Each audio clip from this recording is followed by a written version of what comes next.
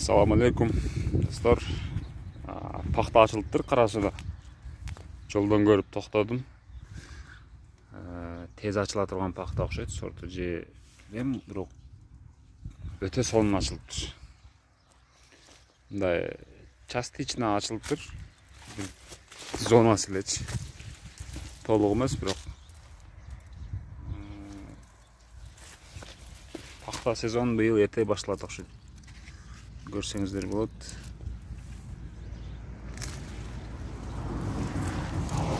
Яктарда да бойлору кичине экен, берилер көлөкө боңочун эспей калса керек, бирок негизи пахтасы жакшы экен. Косеги көп экен.